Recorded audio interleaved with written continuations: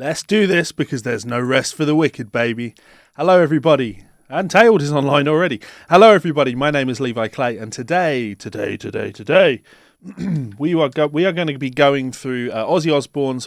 Which one is this? Is his fifth studio album? Yeah, fifth studio album. No Rest for the Wicked. We're going to listen to the album. We're going to talk about the album. We're going to have a good time, and at the end of it, it's been a long time since I've listened to this, to be honest. At the end of it, I'm going to be able to rank these albums. I've been going through them one at a time. These were my favourite albums growing up.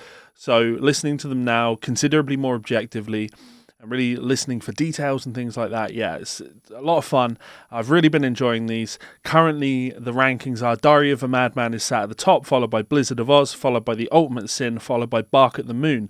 And that was a shock for me, actually, because growing up, I considered Bark at the Moon to be one of Ozzy's best albums. But now I'd be very surprised if it doesn't come right near the bottom for me, because aside from a couple of good songs, there's a lot of filler on that album. Anyway, let's do the usual routine. The plan is there's a link in the description. You can use that link to access this album on Spotify. I say Spotify. If you want to use Apple Music or wherever it is that you stream music, that is absolutely fine. What I'm getting at is that I will not be playing Ozzy's music on this stream. You won't be listening to Ozzy's music via my stream because that would be an infringement of Ozzy's copyright, of course.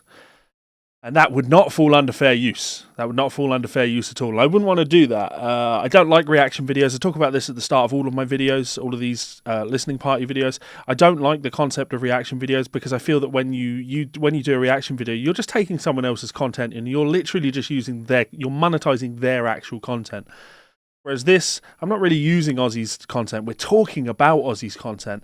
And so, yeah, let's try that again. Get as involved as you like in that comment section. We're going to really, I'm going to fanboy out on this one because, we'll talk about Zakk in a second.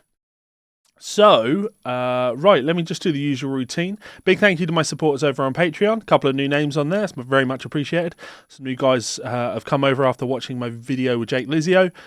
So thank you very much for the kindness and support. You keep streams like this coming. I'm reaching a dangerous place with my Patreon page now.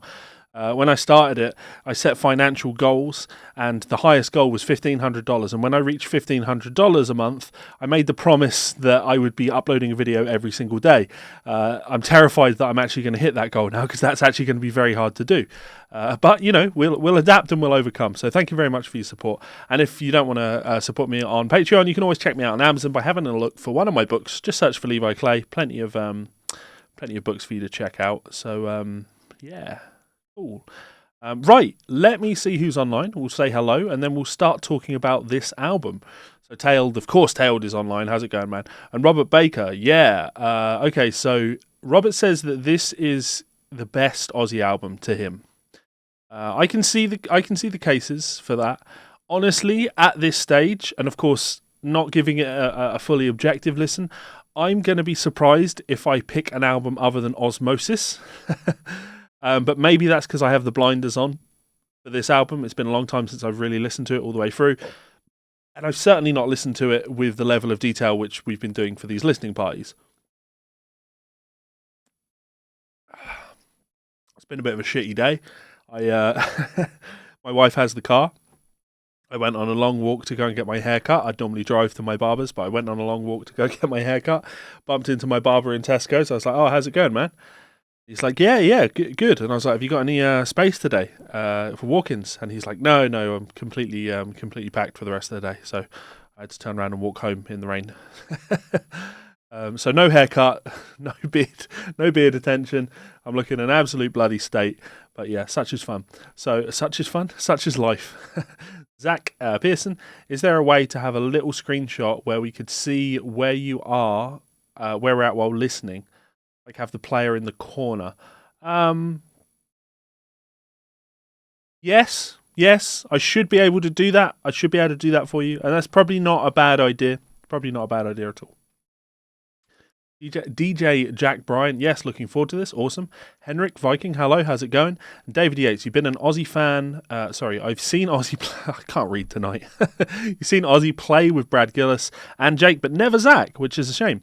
So I've only seen Ozzy once, and of course it was with Zakk, and that was only last year, 2 years ago, and it was actually very good. Ozzy was actually on form when I saw him, and I didn't expect that. So yeah, right. Let me do my usual routine. I'm going to talk about the album first. Give you guys a chance to share this post. You have to share these posts, right? If you think other people are going to enjoy this stream, then let them know. Share it on Facebook, share it on Twitter, share it on Instagram, share it on Reddit. Get it out there, because the more people we have engaging in these comments, the better. Right, No Rest for the Wicked, Ozzy Osbourne album. This album was the 5th studio album released by Ozzy Osbourne, and it was released on the 22nd of October 1988. Okay, that's relatively interesting. Relatively interesting. I say relatively interesting because that means this album is 12 days older than I am. 13 days older than I am. So, yeah, cool. Is that right? 13 days? Apparently, can I do maths? Yeah. Maybe. I'm not even going to... I'll do my fingers like this. And it was reissued and remastered on the 22nd of August 1995 and again on the 25th of June 2002. The album was certified gold in December of 1988 and has since gone double platinum. It peaked at number 13 on the Billboard 200, and it was the first album to feature guitarist Zakk Wylde, keyboardist John Sinclair, and the first to feature Bob Daisley since Bark at the Moon. Which is funny because I was sure that okay. I thought Geezer Butler was on this. That must be. He's on No More Tears, isn't he? Yeah, my bad. So, just looking at the overview, No Rest for the Wicked is the recording debut of lead guitarist Zakk Wylde. After firing guitarist Jakey Lee in 1987, Osbourne received a demo tape from Wylde and later hired him after an audition. Bassist and lyricist Bob Daisley made his return to the Osbourne band after the two had a falling out in 1985. Once the album's recording was complete, Daisley was once again out, replaced by Osbourne's former Black Sabbath bandmate Geezer Butler for subsequent promotional tours. Miracle Man, Crazy Babies, and Breaking All the Rules were released as singles with accompanying music videos.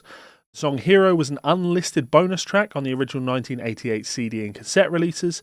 The song Miracle Man was a pointed barb aimed at disgraced televangelist Jimmy Swaggart.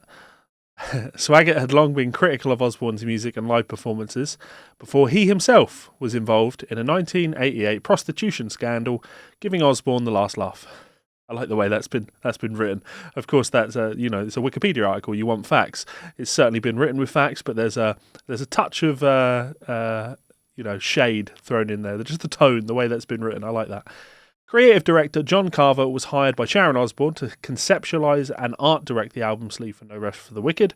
John's concept was to position and portray Ozzy as Jesus Christ. John commissioned legendary photographer Bob Carlos Clark to photograph the sleeve. John's image of Ozzy has achieved legendary status and has appeared in various best album sleeve books. So I don't see it myself. I don't look at this album artwork and think that this is amazing album artwork. I don't think it's Ozzy's best album artwork. I think Bark at the Moon is a much better piece of album artwork, but, fair enough. And that's actually all the information that's presented on Wikipedia. So nowhere near as much information is presented for The Ultimate Sin. Nowhere near as much information presented for any of the other Ozzy albums. No comments on the critical reception of the album. No comment on, wider sales. No detailed info on anything that was going on during the recording of this album. Such is life, we just kind of have to go with what we have to go with. What we can say is, of course, this is the debut recording of Zakk Wylde. And, I'm going to be unapologetic about this. I'm a huge Zakk Wylde fan. Always have been. He's a man that's had a long career in the industry. And I find this very interesting. He has changed so much during his career.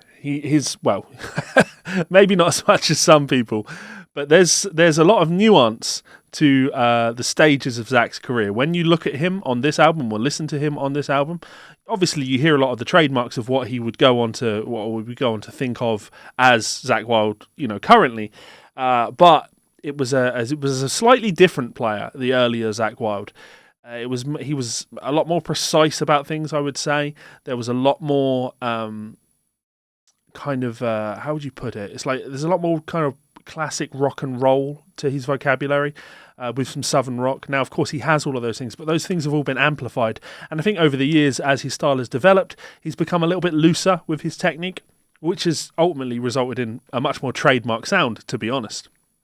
But yeah, I couldn't do this without mentioning how much of a fan of Zakk Wylde I am. I love these few albums with Ozzy. I dig the Book of Shadows album. I love his Pride and Glory album. I think that's a killer record.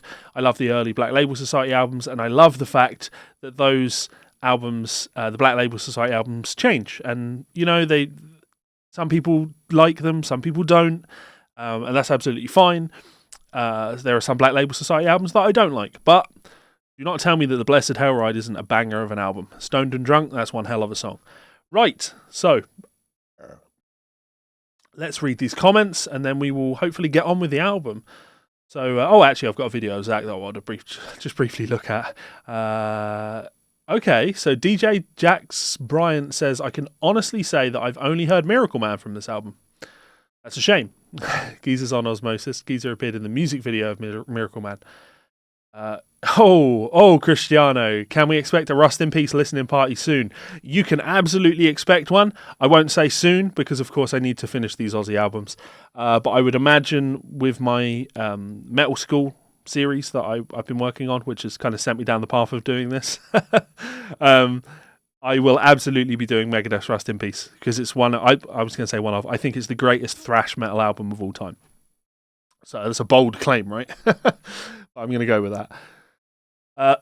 So Tail says Geezer is on the Interior album sleeve in the band's photo. DMR, my dad saw Ozzy in 1988 and Geezer Butler played bass. The keyboard player had to play in the audience and Zakk Wylde was great that night. Zakk Wylde's always great. Zakk claims he auditioned for the band because he was Ozzy's speed dealer. Well, so I've interviewed Zakk Wylde, right? He's a lovely guy. He's a lot of fun to be around, but he doesn't take anything seriously. He takes absolutely nothing seriously. Everything is a joke to him. He's very playful about everything. So when I interviewed him, I think it was his first, maybe second tour since being sober. Since being completely sober. So I was hanging around backstage with him and I was like, there's no beer around. How is that like for you now? Like, obviously the Black Label Society is a band. You're called Black Label Society and you're named after Black Label, Johnny Walker Black Label whiskey. Like you even had initially Johnny Walker Black Label stylized bottle of that on the cover of Sonic Brew. The album's literally called Sonic Brew. Like the brewing is about brewing beer. So like you've always been beer and has always been a big part of Black Label Society. And for the rest of the interview, he kept making comments about how they've just all replaced beer with heroin. And if you didn't know that that's how Zakk is and how he likes to be funny like that, you wouldn't know whether or not to take him seriously. But for anyone that's watched like Boozed, Bruised and Broken Boned, which is the Black Label Society DVD, you watch the backstage stuff, the guys just hanging around and all of their outtake things. Those guys were just goofballs in the same way that like the Pantera Vulgar Videos thing, the home videos even. Yeah, so I don't imagine he was actually Ozzy's speed dealer, but it's a great example of what Zakk is all about, right? Good to see Hoser online. How's it going? Simon Hanna actually came out of my on your 16th birthday. 88 was such a great year for rock. This, Seventh Son, Operation Mindcrime are essentially what got me to pick up guitar for the first time. Awesome. Yeah, Robert makes a great observation there. It seemed like Zakk wrote solos then versus improvised them. Yeah, I think that's probably the case. Well, I still think there's a lot of writing in his solos. I still think a lot of his solos are kind of sketched out in his mind. And the evidence of that is that he's clearly heavily influenced by Randy Rhoads. And Randy double-tracked all of his solos. Zakk often double-tracks his solos. They're not pristine, but that's part of what gives him that sound. So, yeah. No Rest for the Wicked and Stronger Than Death are the only albums of Zakk that you like. Stronger Than Death's got some good songs on it. Yeah, but you're Madman. Agree about Rust in Peace. Came out in September 1990, so you got a few months. Thinking of doing a video about it if you'd like to be involved, man. Absolutely, Tailed. Yeah, you just let me know. I'm more than happy to do that. It'd be good to do a video together. Right. So let's just briefly look at a video of Zakk Wylde before we move on, and give you guys an opportunity to go into that description, get the link to the album on Spotify. I want you to queue it up so we can all hit play together, we can listen to it, and we can talk about it. So I will have to turn my audio up for this. This is a video of Zakk Wylde on tour with Ozzy, and this is so dramatically different. Well, maybe I'm exaggerating, but it's very different to the Zakk Wylde that you hear playing now. Again, very is a relative term, right? It's a world away. Let's check it. It sounds like this.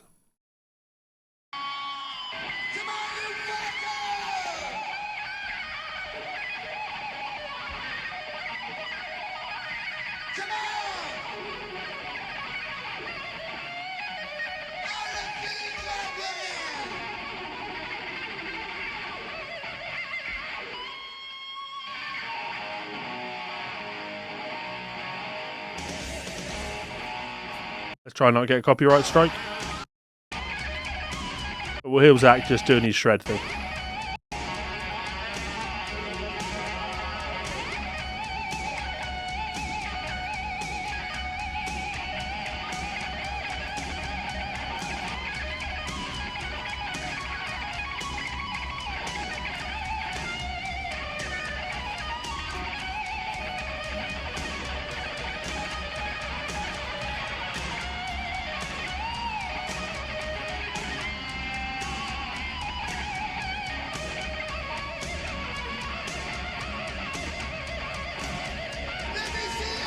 I mean, he's pristine there. He's good there. His picking hand is totally different to how his picking hand is now. So he's clearly developed a lot as a player, or evolved, or some would say de-evolved as a player. Right. So this is Bell Bottoms era Zakk Wylde. Right. One last warning, guys. You have maybe 60 seconds. Get this album queued up. Get this album queued up on Spotify. I'm going to bring the album up now. It looks like this. So imagine what I can do to alleviate some of your concerns. Oh, look at that. Friend activity. Good old Andy Wood. I know Andy's a fan of this album. If I do this, you should be able to see where the album is in terms of its playtime. I just don't like, because you can see this big old taskbar with all these things that I have to have open in order to do these videos. So yeah, Miracle Man, Devil's Daughter, Crazy Babies, Breaking All the Rules, Bloodbath in Paradise, Fire in the Sky, Tattooed Dancer, Demon Alcohol, Hero, and The Liar. I almost want to say, I'm going to check this, I almost want to say that some of those are are bonus tracks. So 88.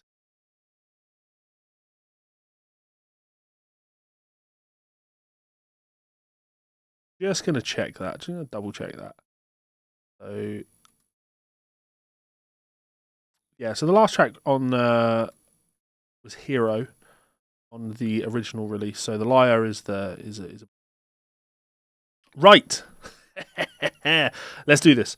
Right. Let me make sure I can see it. Oh, I guess I should I should check any more check a few more comments.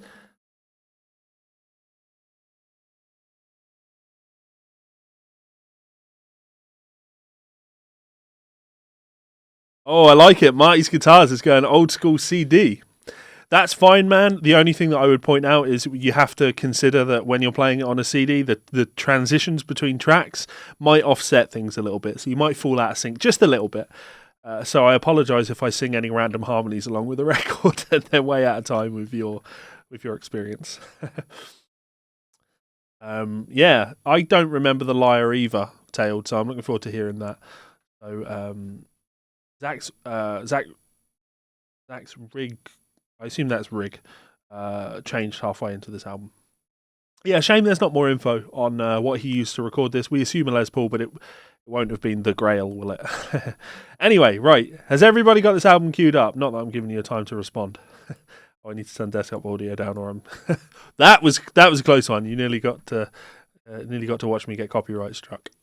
So okay, I'm going to play this album in 10, 9, 8, 7, 6, 5, 4, 3, 2, 1, go.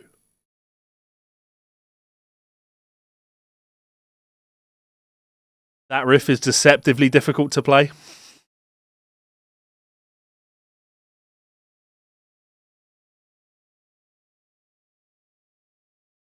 I like riffs in F sharp because it enables you to have your sort of home position at the second fret, but then you also have that open E to do the flat 7-1 thing.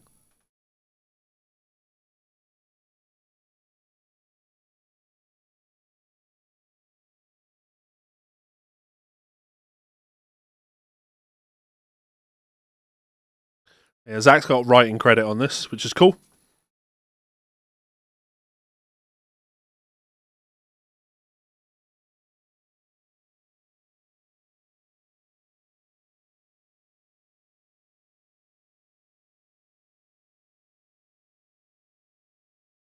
Good old talkbox, right? I was just sitting and thinking about, Zakk actually getting writing credit for the whole album. That's really cool. Because that was something that Ozzy certainly didn't want to do prior to this.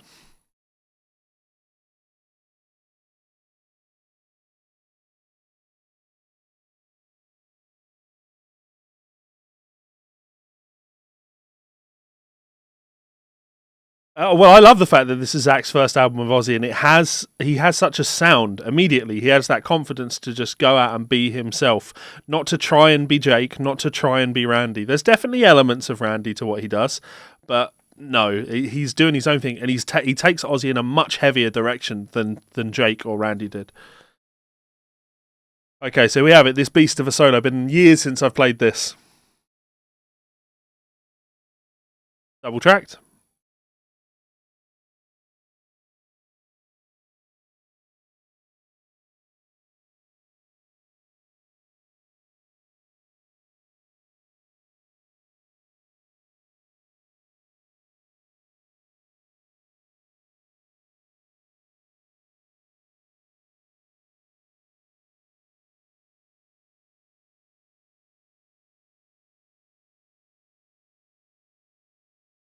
So good. That's such a good solo.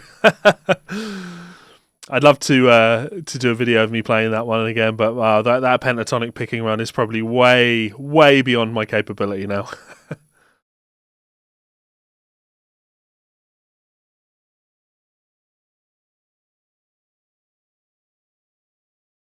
And doing the comparison thing, I think that Miracle Man as a song is probably better than any of the songs on the Ultimate Sin.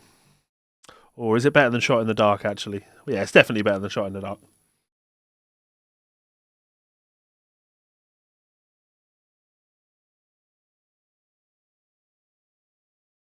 There you go, Jimmy Swaggart, you self-righteous clown.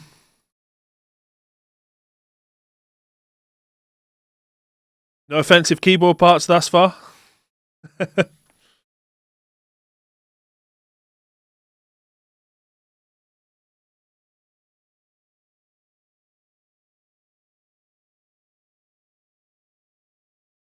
Epic. Okay, so this is us heading on to Devil's Daughter. So Miracle Man, I often talk about the Ozzy best of that I put together. Miracle Man would obviously be on that.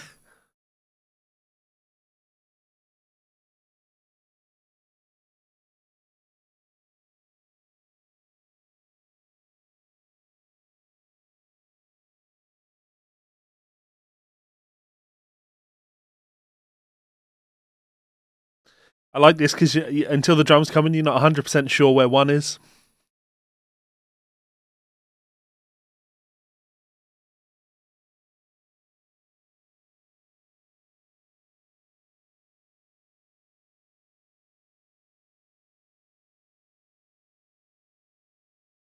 Those double tracked Ozzy vocals, love them.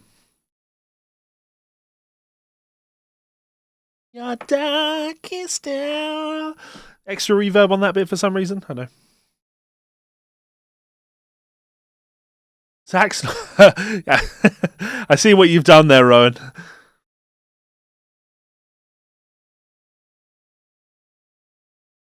Those lead guitar parts are great.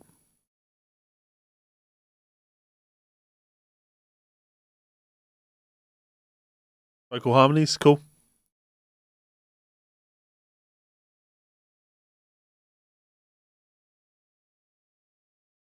Watching you. But Tail, does that not illustrate the point? Zakk isn't Scottish, so when he wears a kilt, it's just a skirt.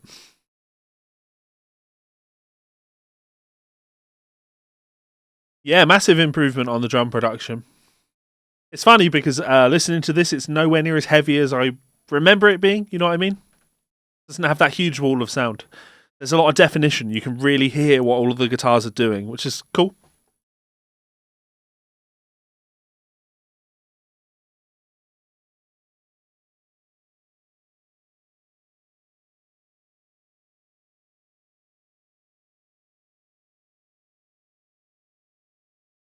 But that's not Ozzy singing the vocal harmony. Hello, 7 8.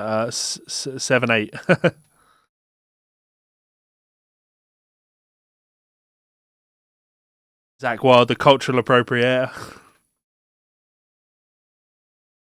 Here we go.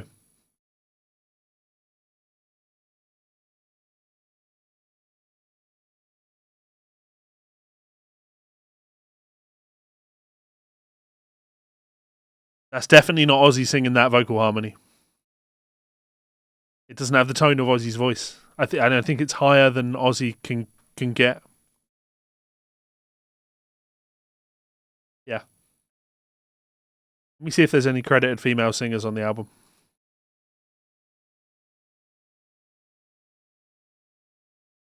No. What a riff.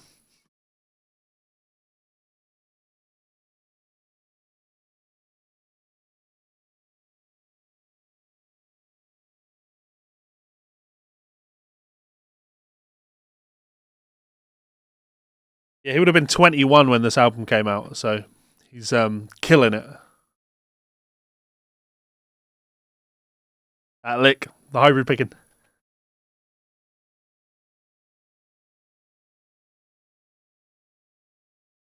Double track solo, you know. Need that hybrid picking to do that.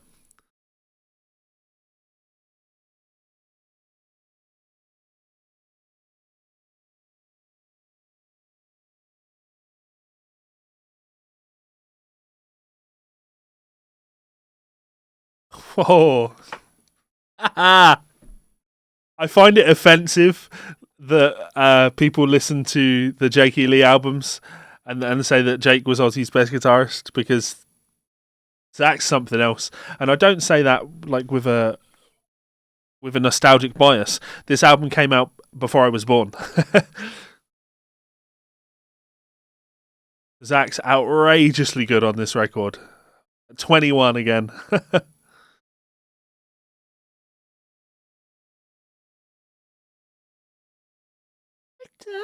Break down, break down and cry. Break down, break down and cry. That's definitely a woman on that high part. Let me listen to it. Yeah, it's a woman singing that. I'm watching you, watching you. Nukia, Nukia.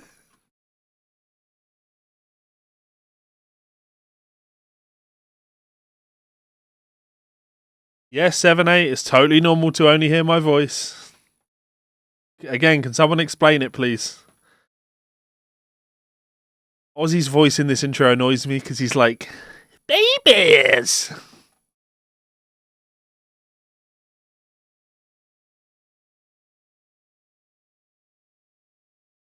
Zakk was born in 67, and the album came out in 88, so I assume it was recorded in early 88.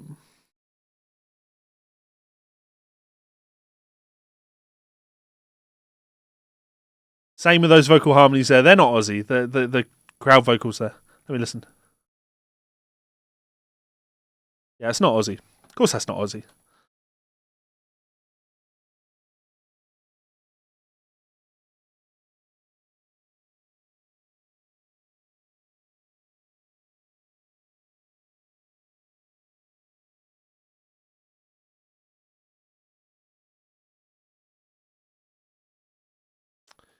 I like this comment. These riggers systematically shifted more Marshall, replacing the Lee Jackson and stuff. Yeah, I mean, he's 21 here. Who knows what they want at 21? I'm 32 and I still don't know.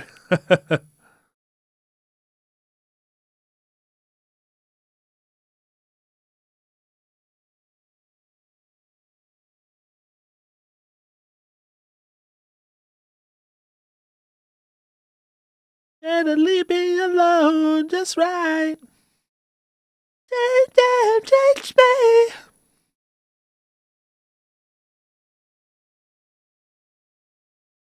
me. Take me. Yeah.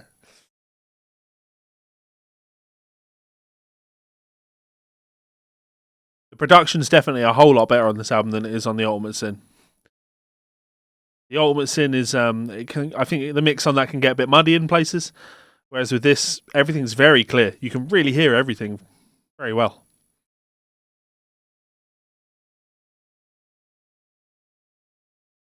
'88 Club. I was born the year this album came out.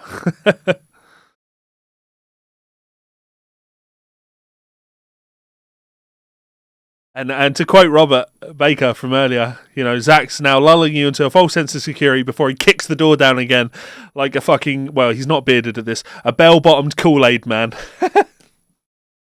Here we go.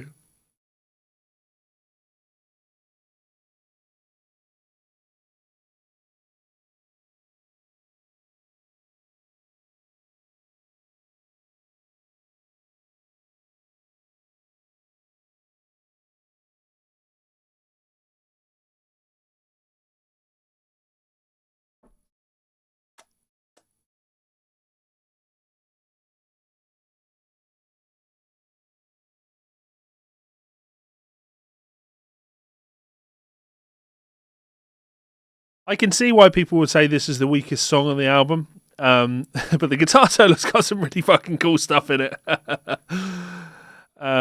It's odd because I certainly remember, I think it was the Ultimate Ozzy Osbourne. It was the best of I got when I was younger, and it had this song on it.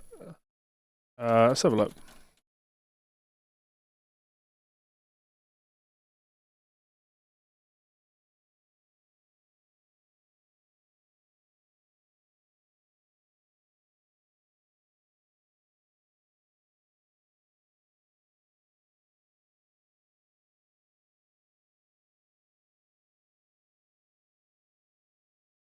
See what it's called.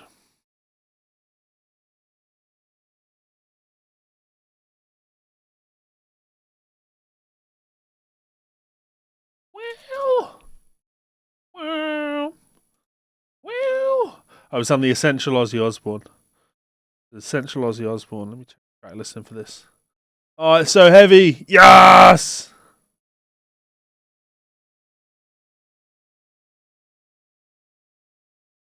Okay, no, that one didn't have Crazy Babies on it. The Ozman Cometh.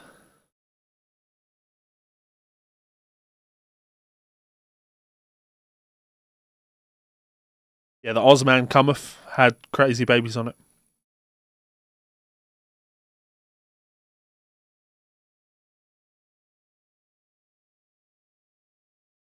Hello, Jason Wade.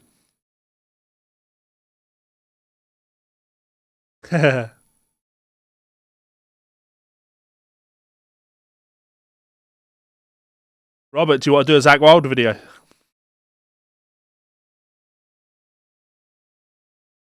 think the toms are a little bit lost in this bit. Maybe a bit heavy on the reverb. I like the fact that I'm breaking the rules and it goes into this guitar solo. So it's like a delayed chorus thing. You don't get the actual chorus. Tail just mentioned the chorus is cheesy as hell, but I like that. I like the cheesy chorus in this, and I like the fact that you have to wait until later to get it.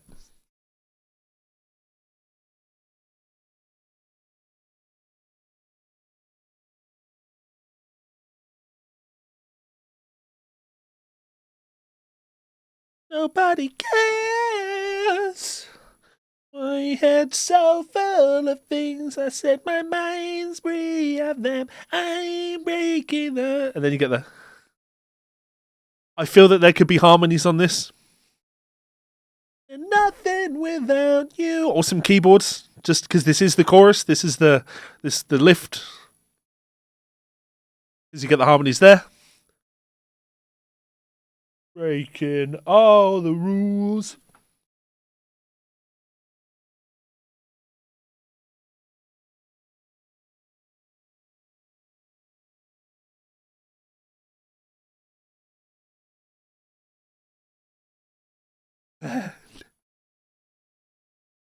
Too fucking good.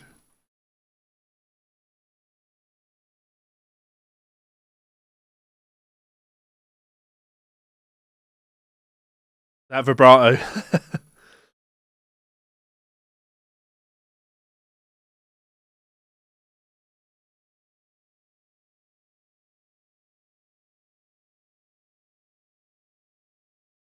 Hello.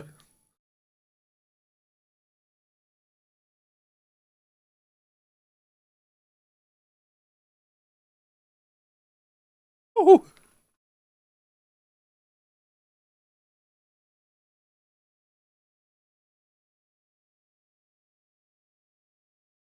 I actually kind of regret that, like, when I was younger, I never learned any of this stuff. And other than Miracle Man, I learned the Miracle Man solo because there was a video of Zakk teaching it. Listening to Breaking All the Rules, the solo there, and all the cool licks, and same with Devil's Daughter, same with Crazy Babies. There's all these licks in there that I completely understand them now. I hear them and I'm like, I know exactly what he's doing there. I could do that. But I can't play it as fast and as clean as that. And I just wish I had that dedication when I was younger, that I would just work this stuff out and had practiced it. The singer in Hellcat Molly, David DeAndre, who did the Brummy accent of Tony Iommi in the Blizzard of Oz video I did, he's a hell of a Zakk Wylde player. He can do the Zakk Wylde thing really well. The rules. Harmonies. It needs harmonies.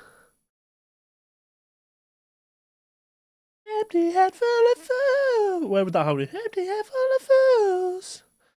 Breaking all the rules. Breaking all the rules. No.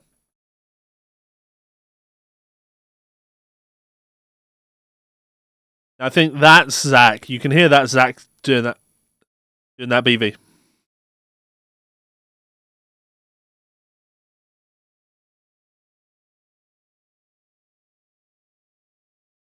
Off.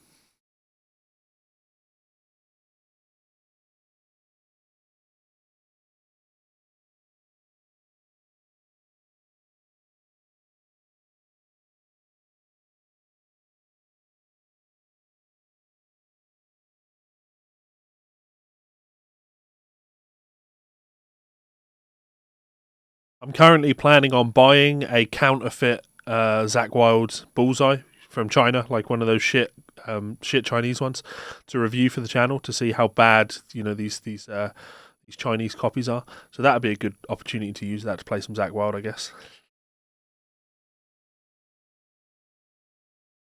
Yeah, the intro of this song, it always feels like it's about to go into a hip hop song. What's that all about?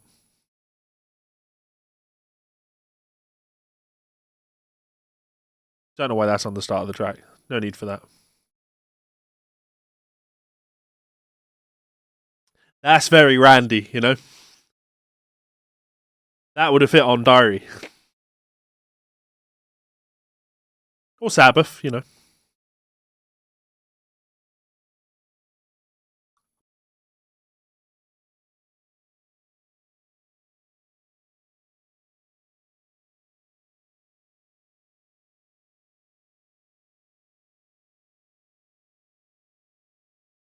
Picking up the speed. And down. There's blood on the wall.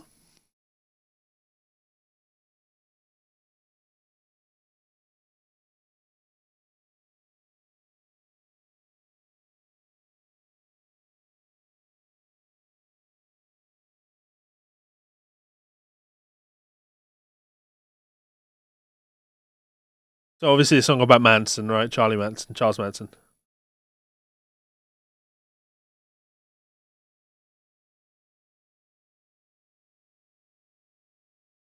Same with the vocal harmonies on that. That's not Ozzy singing that.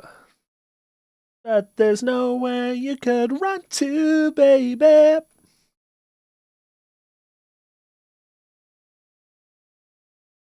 Nice little chord part behind that as well. I like the arpeggiated bit on the second part of the chorus.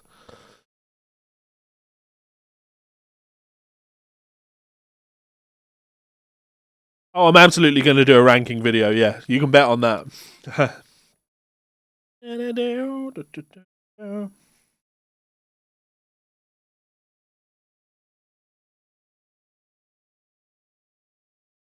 Everything relatively consistent thus far. Nothing really stands out. Some could argue the chorus and Breaking All the Rules is maybe a little bit cheesy.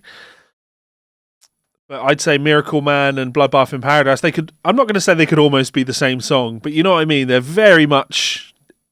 They fit with each other. Yeah. Listen to those kick parts. Yeah, you got the 16th notes on the drums there. Da. So this is Ozzy's stuff getting a little bit more metal. Randy Castillo on drums.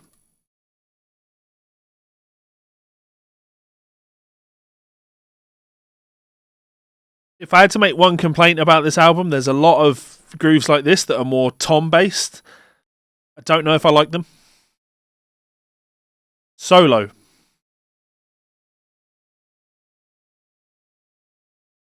Not the best tone.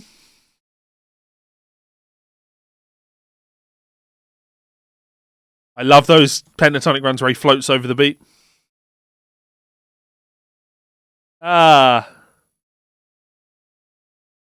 keyboard part ruined that. The guitar solo, the tone for the guitar solo there was not great.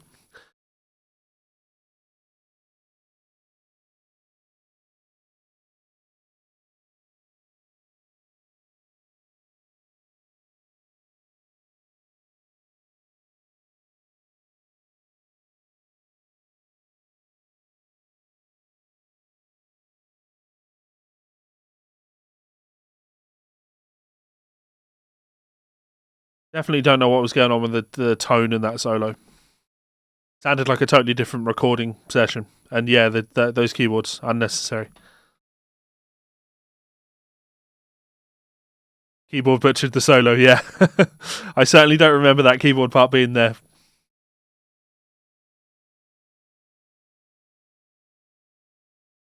That little arpeggiated part. I'm doing good, Edward.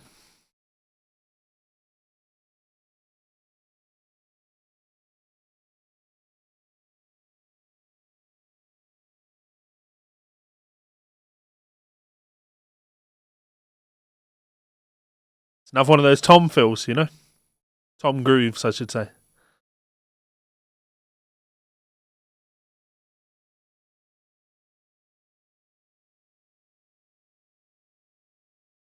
Wow! Fire in the Sky. Now, obviously, this is a nice song. This is probably the one I would take off the album. It is a nice song. Really nice hook in the chorus, but it slows the album down a lot.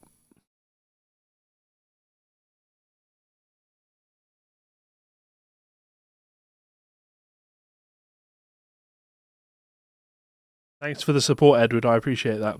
Let me do this.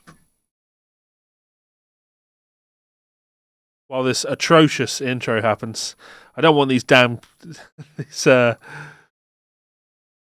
da da da da da. That's a nice part.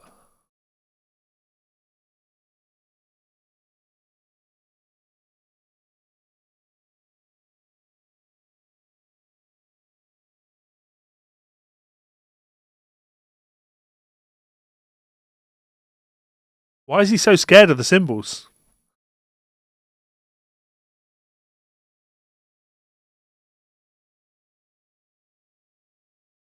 I'll allow that keyboard part.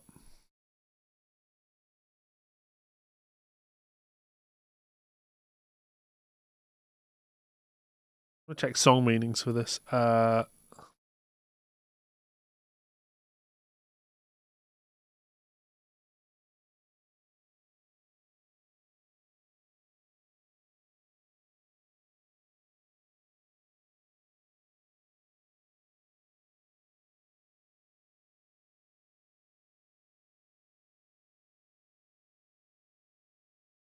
vocal harmonies. But that's not Ozzy singing that vocal harmony.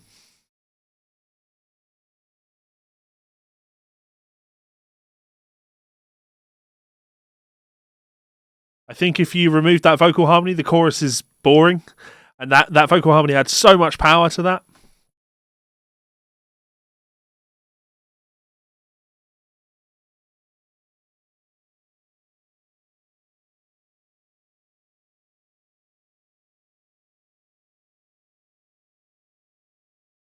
No real cast iron facts on the song.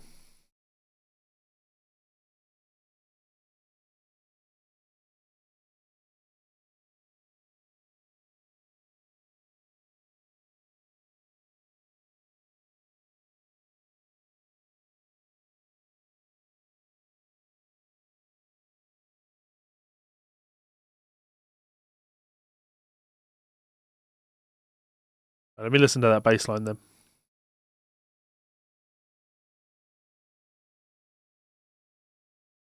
Yeah. Because it's Bob Daisley, isn't it? Yeah, Bob Daisley on bass. That's, the more I've listened to all these albums again, and I know when Bob's playing and when Bob's not playing. Rock Metal Fiend. We are halfway through Fire in the Sky. I'm good at hearing Bob's playing now, and he adds so much to Ozzy's sound, I think.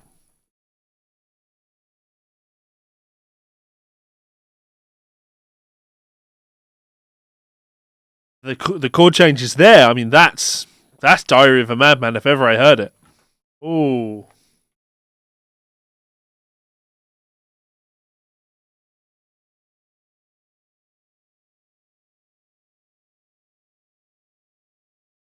Randy would have approved. I don't remember this bit. I don't remember it being as tritony as that.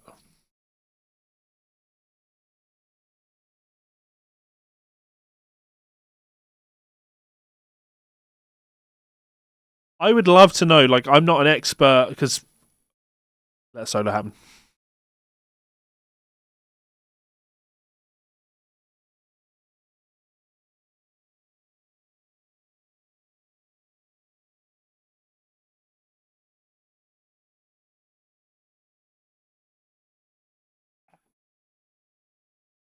Very simple solo, right? Apart from that last pentatonic descending run that floats over the beat, which is where the excitement comes in for me. Anyway, as I was saying, I'm not an expert of, I wasn't 15 when this album came out. I wasn't born when this album came out, so I wasn't surrounded by all of the albums that were coming out during this period. I would love to know how prominent the pinch harmonic thing was at this point, because Zakk, he's making it a trademark for himself here.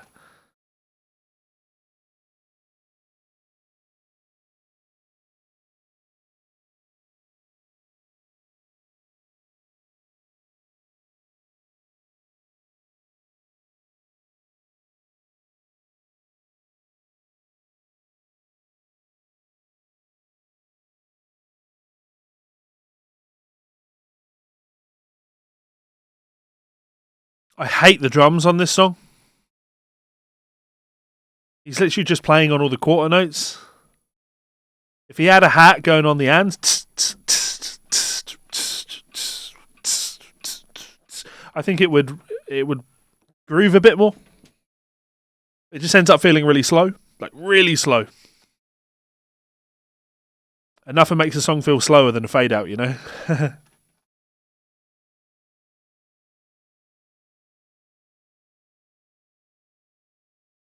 That was a nice counter melody that Ozzy put in there. It's a shame that the fade out is there.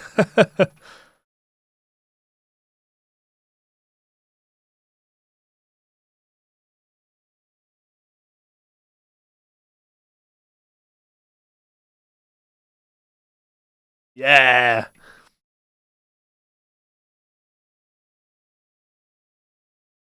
Now, it sounds to me, it's not just a double tracking thing, it sounds to me that Zakk has a fair amount of chorus on his guitar there.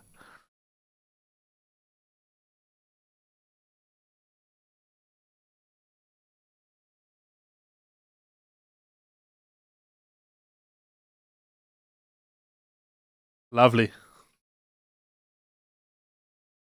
This little arpeggiated chord, super nice. Padded out with a keyboard a little bit.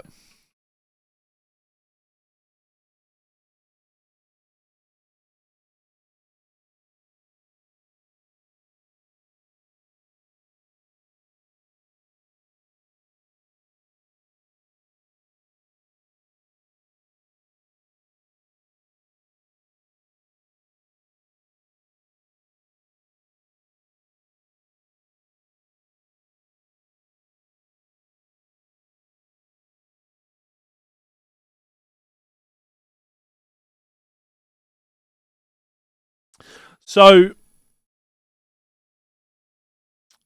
riff wise, this fits in line. It's very similar to Miracle Man, very similar to Bloodbath in Paradise.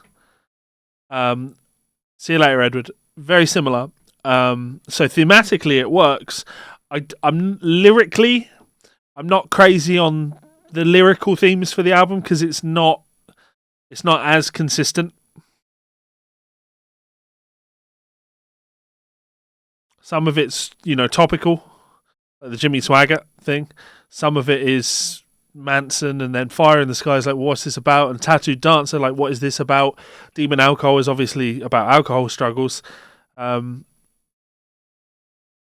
knows what Crazy Babies is about?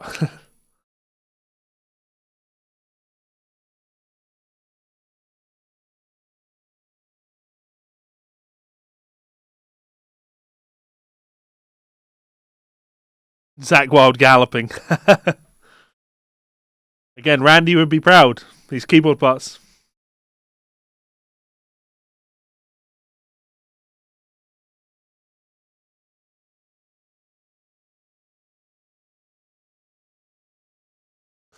Yeah, dance with me, bitch.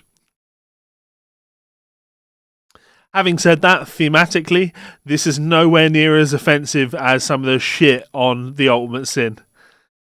We rock! Rock! Rock! Fuck off.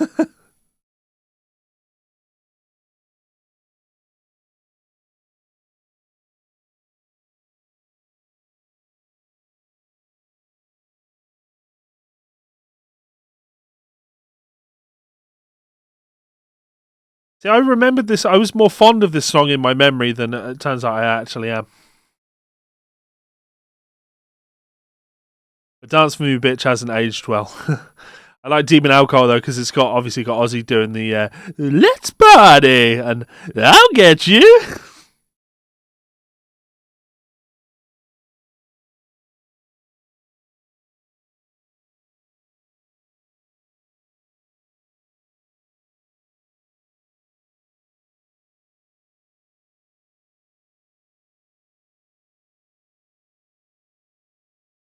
Nice.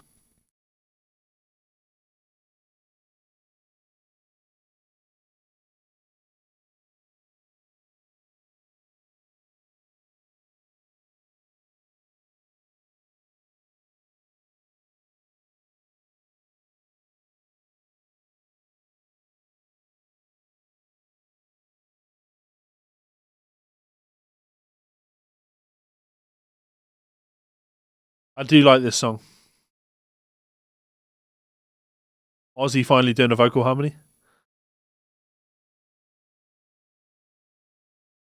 Sitting on this one chord and then the chord changes, which is nice. Ah, ah, eh. I would probably put this on an Ozzy best of. I like this song a lot.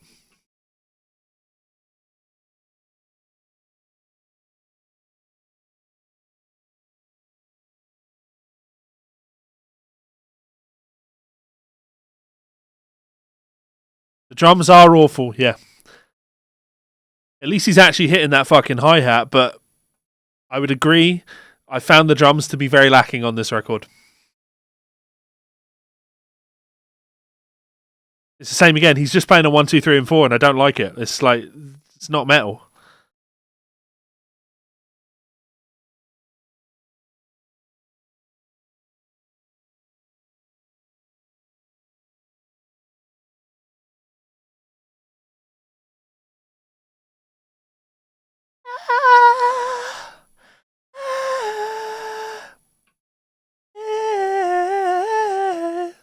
I like the melody.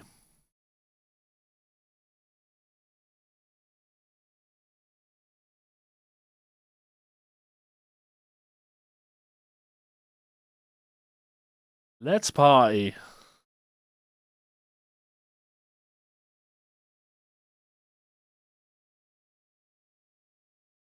Adding that guitar part out with some keyboards.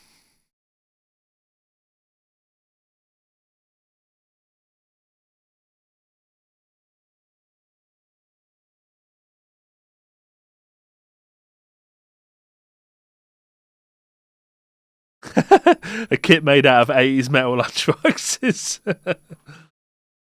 It was Randy on drums, yeah. There we go. Not the best tone.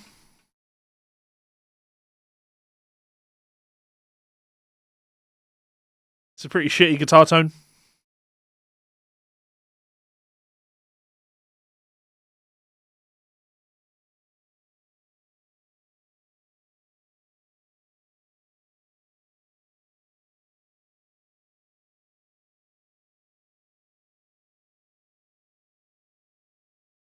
Great riff, that, but just don't know why that guitar tone in that solo was so weak. It's the same on Tattoo Dancer, wasn't it? To me, like, the measure of a good song is, could I play the song on an acoustic guitar? Could I strum chords and sing the melody? And with this, I absolutely think the chorus in this is good enough that you could do that. The song is good. But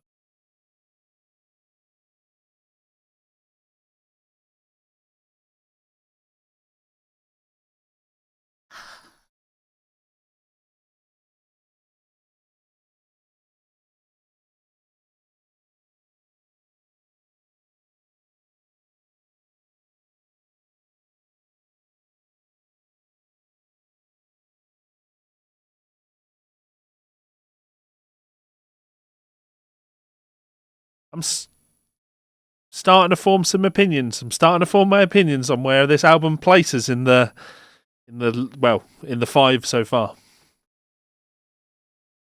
It's not where I thought it would be. Not where I thought it would be.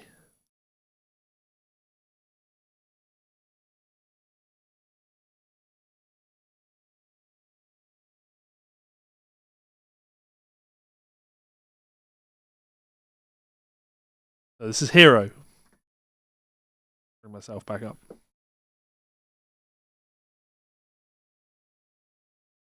That's a cool riff. The slides in it.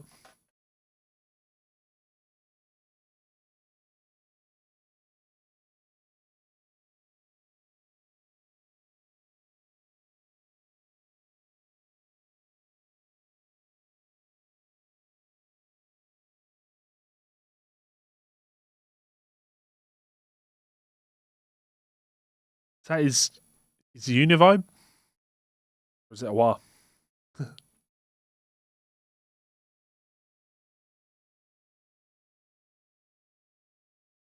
What this reminds me of is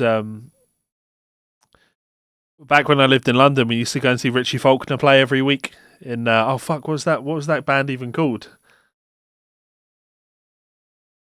He was in a rock covers band that used to play in, I can't remember the name of the fucking pub, every week. And he played like 1988 Zakk Wylde. I've never heard anyone in the flesh that was as consistently 1988 Zakk Wylde as Richie Faulkner was in that band.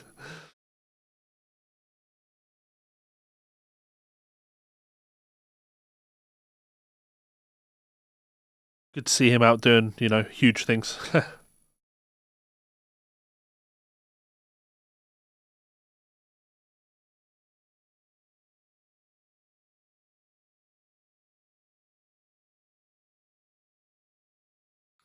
Yeah, I don't think the song's too strong.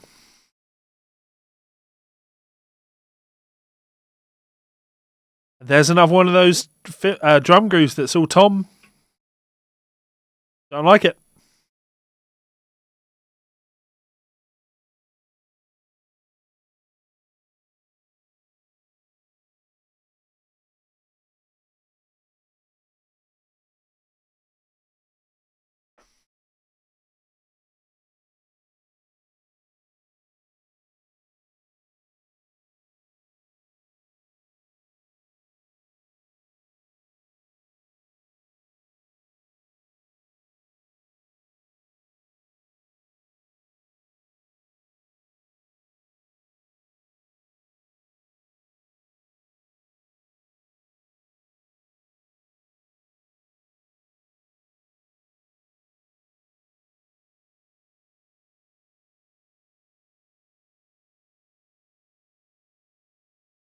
You know what I'm going to say?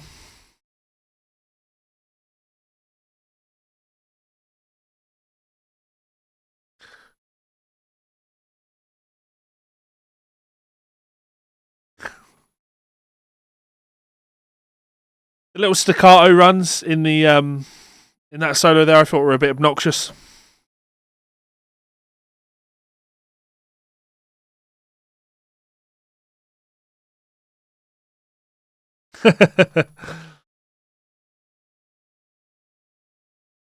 Yeah, I think Tail. Well, they certainly would sound better if the drums didn't sound like poop.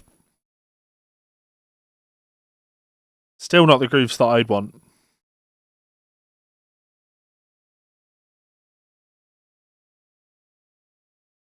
I saw the No More tours in '91. Remember Zakk showing up an Allman Brothers CD from the window of the bus? Yeah.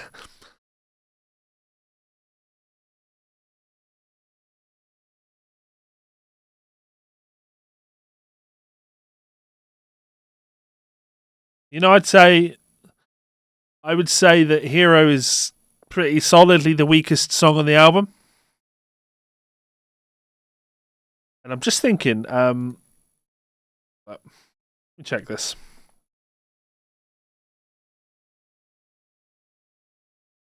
So I'm gonna listen to The Liar, but I'm not gonna take it into account when I'm grading the album because it is a bonus track. It wasn't on the original release.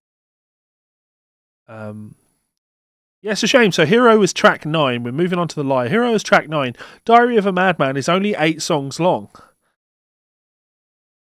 Why did this album need 9 songs? Is it a length thing? Let's have a look.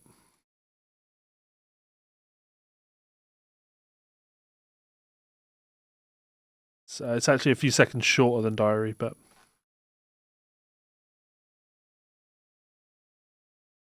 oh, I don't like this. I do not like this at all.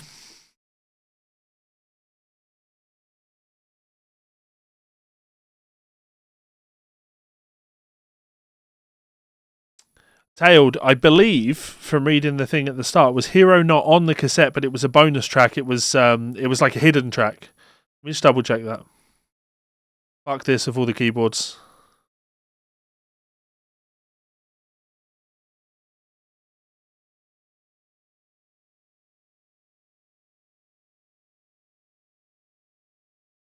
Yeah, the song Hero was an unlisted hidden bonus track on the original 1988 CD and cassette releases. So it was on the album.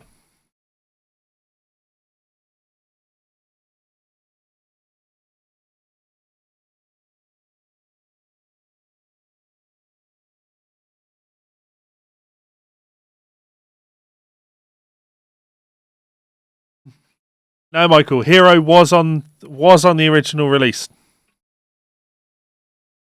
I didn't take into account Spotify commercials. I never thought about that. I just assume everyone pays for Spotify. This song's a disaster. There's no guitar on it, so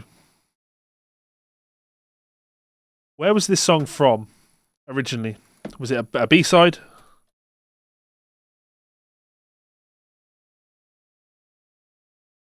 Oh, there we go. There's a guitar.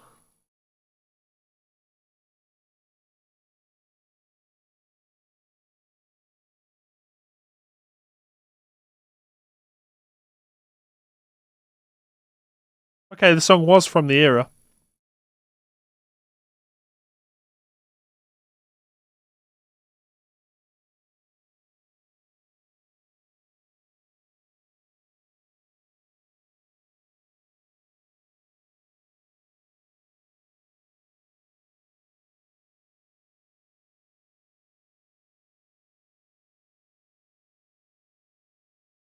Pretty weak, man.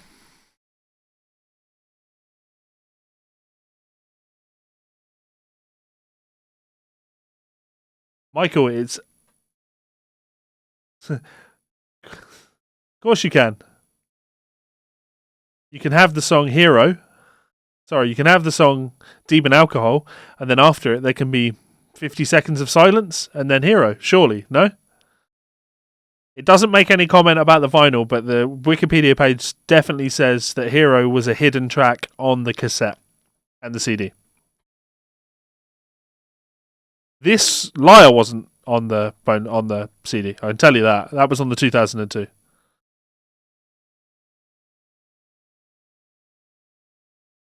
The joke is now on me. I'm doing my best to not take this into. I'm doing my best to not judge the album based on this song. I don't like this at all.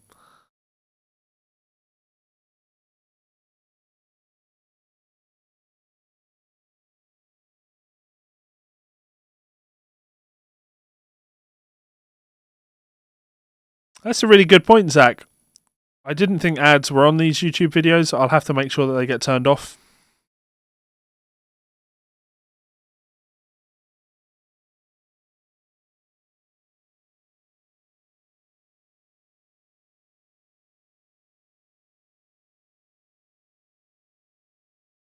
Again, Lee, Liar wasn't on the CD, but Wikipedia is telling me that Hero was a hidden track. Hero was a hidden track on the original CD release. Apparently. Again, without having one to hand to check it, I can't really comment on that. So there we go. No Rest for the Wicked in its entirety. How do I feel about this? So this morning, I knew I was going to do the stream this evening. I even scheduled the stream. I imagined what I thought was going to happen was No Rest for the Wicked was going to immediately overtake Diary of a Madman as my favourite Ozzy album. And it hasn't. It definitely hasn't. And I'll explain to you why. The guitar playing is definitely better. Well, you know what? I'd prefer this album if it only had 8 songs on it. You definitely prefer the album if it only had 8 songs on it. So yeah, I would prefer. No, I would prefer this album. The guitar playing on this album is absolutely killer, really killer. There's I think probably the best guitar work that we've heard on an Ozzy album thus far, and it's such a ballsy move, for a 21-year-old guitar player to just come in and just take a shit all over the solo sections like Zakk has on these, and I think that's super fucking cool. Much respect, and there's some very cool ideas. There's definitely some things in there that you listen to and you go, man, I'd like to learn that. So much respect for the guitar playing, but of course we're not just here to talk about the guitar playing. We're talking about the album as a whole. Okay, a couple of comments. So I'm surprised at how many of the backing vocals, the vocal harmonies, are not Ozzy singing, and what that says to me is that Ozzy tracked his vocals and then these things were added afterwards to try and make the song sound better. I could be totally wrong about that, but I can't see any reason, if it was always planned that those harmonies would be there, that Ozzy wouldn't have just tracked them himself. So that's an observation. He's got a couple of nice vocal performances on the album, but nothing exceptional. And when we get to Osmosis, I think there's a couple of moments on Osmosis. I think actually Ozzy's best vocal performance is on Osmosis. There's you'll see. There's a track on there that is just Ozzy at his absolute best, at least for what I listen to Ozzy for. So vocally, fine. I hate the drums on this record. I absolutely hate the drums on this record. The production of the drums is garbage, and I also don't like the writing. I don't like the way the drums have been written for the songs. I don't think they necessarily serve the songs. Maybe that's just me. Some people will disagree with me on that. That's absolutely fine. Okay, so then we talk about the consistency of the album. Like I say, Diary of a Madman only has 8 songs on it, so I'm happy to join the it only has 8 songs club. Because Hero is dreadful. That shouldn't be there. But on reflection, I think Tattooed Dancer is also quite weak too. I think Fire in the Sky is a good song. I'm not going to call it. I'm not going to say it has a negative impact in the album. I'd prefer another rock song in its place, but it is an iconic Ozzy song, so I'm not going to go too hard on that one. I would say, ignoring Hero, I would probably say Tattooed Dancer is the weakest song on the album, not Crazy Babies, as Robert said earlier. But thematically, I think there's a consistency to the band's sound on this. They have a vibe, and that is energetic, driven 16th notes, dirty rock and rocky metal stuff. So I have to give it some marks for that. And, that was the main criticism I have of Blizzard of Oz. Great album, great songs, but it feels like a bunch of songs that have all just sort of been thrown together. This doesn't feel like that. It feels like it was written for an album. So I'll give it that. But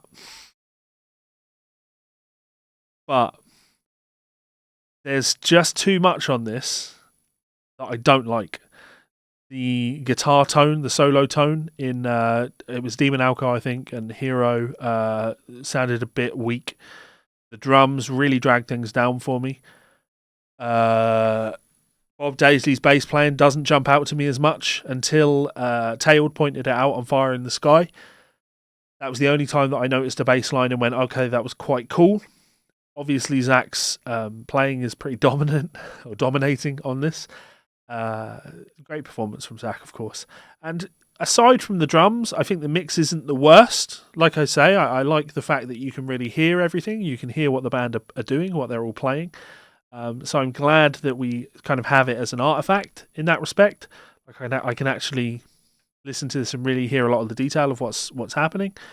But just based on those things and the strength of the songs, if I compare this to Diary, let me bring up Diary.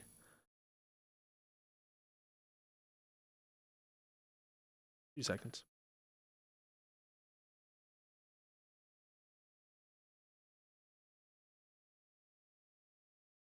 What it all comes down to for me is talking and thinking in terms of a best of. Okay? So when I say a best of, I have to look at these songs and go, would I include them on a best of this artist thing? And when I look at this, when I look at No Rest for the Wicked, I'd absolutely put Miracle Man on there. Devil's Daughter is great. Crazy Babies, at a push, maybe. Breaking All the Rules, sure. I think Bloodbath in Paradise is better than Breaking All the Rules. Fire in the Sky, maybe. Tattooed Dancer, definitely not. Demon Alcohol, maybe. But then when I do the comparison to Diary of a Madman, you've got Over the Mountain, it's an easy yes. Flying High Again, it's an easy yes. You Can't Kill Rock and Roll, maybe, maybe not. That's probably the weaker song on the album for me.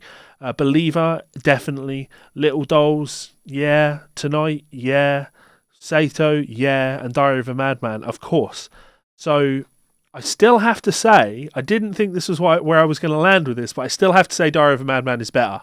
At this point, Diary of a Madman is better than No Rest for the Wicked. Is No Rest for the Wicked better than Blizzard is the real question. Let me just pull up Blizzard again. Let me really weigh up the songs. Oh. I'm actually going to say that this is better than Blizzard. And the reason I say this is better than Blizzard of Oz is because when I look at Blizzard of Oz, there are some songs on that I would happily drop. I don't think D needs to be on the album. I'm glad it is. I don't like the song Suicide Solution. I don't think No Bone Movies really fits the theme of the album. And Steal Away is a good song, but it doesn't fit in line with the album. Obviously, Goodbye to Romance I like the song. I really do like the song, but it sounds very different to the rest of the album. Crowley's super dramatic. Crazy Train is iconic. I Don't Know is iconic. But when I look at No Rest for the Wicked, I think there's a little bit more consistency in terms of the not great songs, but really good moments. Songs that age well. Songs that have a theme. So, my list now. Diary of a Madman. No Rest for the Wicked. Blizzard of Oz. The Ultimate Sin. Bark at the Moon. Wasn't what I expected.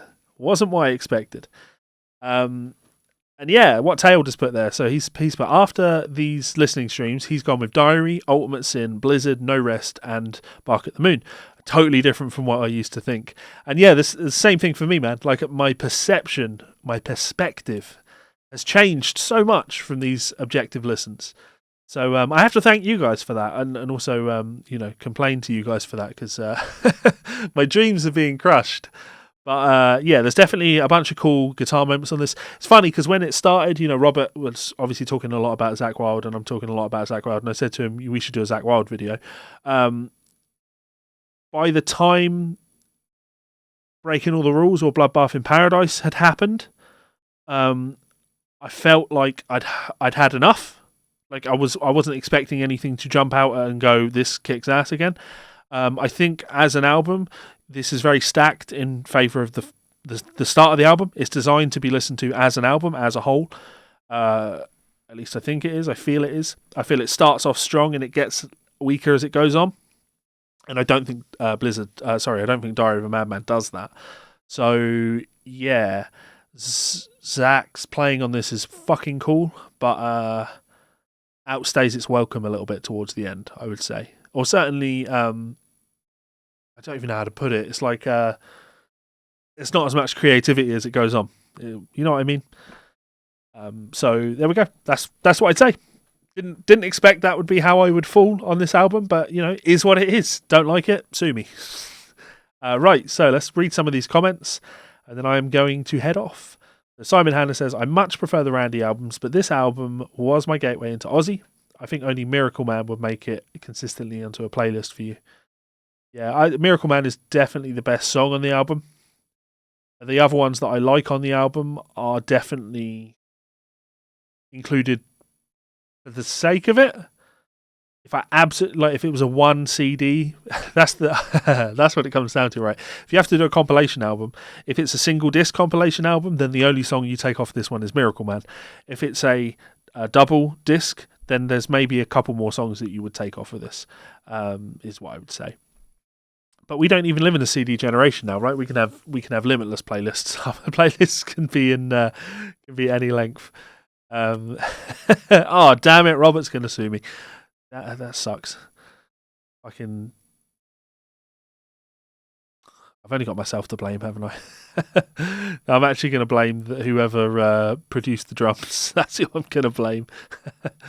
Right. So, yeah, I think that's where I kind of agree with you on that one. Miracle Man's the only one that would solidly make it onto a best of.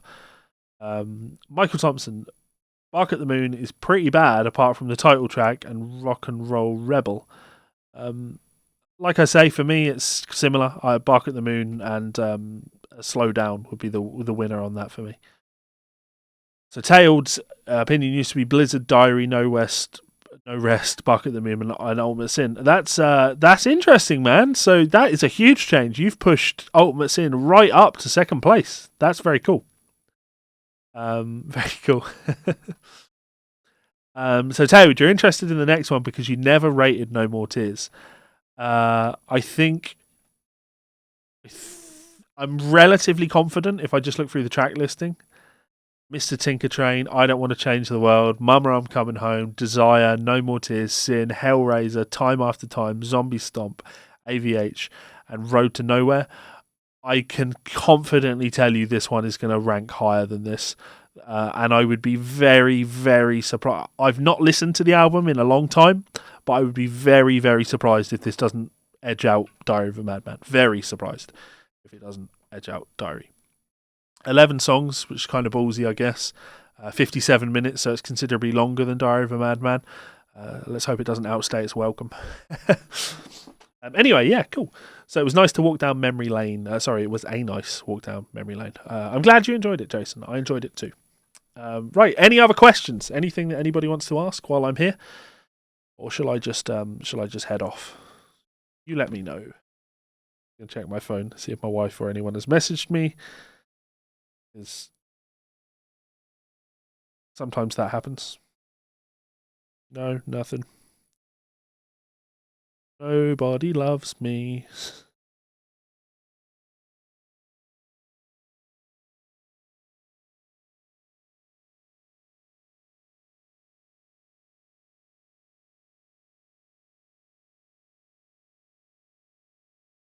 Howard hasn't listened to No More Tears in 15 years. It's that surprises me, man. There's some really cool moments on it. I Don't Want to Change the World is a great song. Mama I'm Coming Home is a good song. This is a good song. Desires okay. No More Tears itself is obviously an excellent song. Hellraiser, Zombie Stomp. It's probably not actually looking at it. It's definitely not as heavy. It's nowhere near as heavy. But the songs that it does have, I Don't Want to Change the World, Mama I'm Coming Home, No More Tears, they are all three of those would definitely make it on an Ozzy best of, because they're just great songs. So, yeah. But you're going to have to go through this whole damn thing with me now, man. We're going to do No More Tears. We're going to do Osmosis. We are going to do Down to Earth. We are going to do Undercover. No, we won't do Undercover, actually. We'll do Black Rain, and we will do Scream. Obviously, no need to do Ordinary Man. I've already done it. So there we go. Thank you very much for your input, guys, your support, your love, and your kindness. I want to say a special thank you to my supporters over on Patreon. You bring these streams to these guys. Thank you very much for your generosity.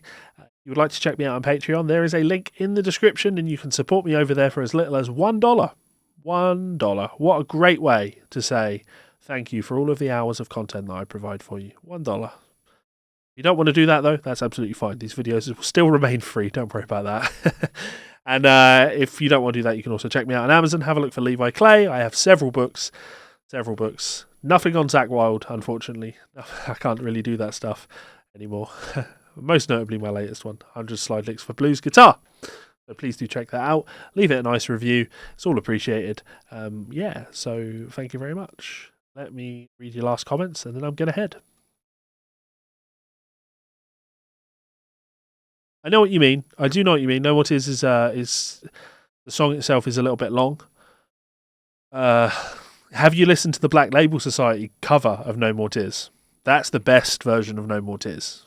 That is the best version of No More Tears in drop B. That's a killer version of No More Tears. Slides up to the 12th. And is it really a cover when the guy playing it wrote it? It keeps the guitar solo intact, apart from the last lick, the fast lick at the end, which he does a little shreddier version of, which is kind of cool. So if you've not heard the Black Label Society version of No More Tears, I would recommend that you go and listen to that. That's a great cover. Thank you very much, HK, for tuning in. You are very welcome for everything. There we go. Black Label's No More Tears. Holy shit. What I need to do is I need to be careful that after I finish doing all the Aussie stuff, I don't go, well, I just want to do all the Black Label stuff now. Because I do want to do the Black Label stuff, but obviously that's a little bit more niche. Anyway, guys, thank you so much. I've enjoyed this, and I will see you for another stream soon. We will be doing the Aussie No More Tears stream. I mean, will I do it Friday, maybe? Could I do it Friday? Probably not. I might be able to do it late at night. I've got to do a stream with Tom Quayle. I've got to do a podcast with Tom Quayle. David Beebe, so we'll see, but that'll be fun. I was listening to it in the car just recently, tailed. I've got Sonic Brew in the car at the moment, which is a great album. It's got some really good moments on it. Anyway, much love, guys. Thank you so much. Go and listen to more Ozzy. Go and listen to some Zakk. Have a great day. Have a great evening. Whatever you're doing, send in my love. See you again soon. Goodbye.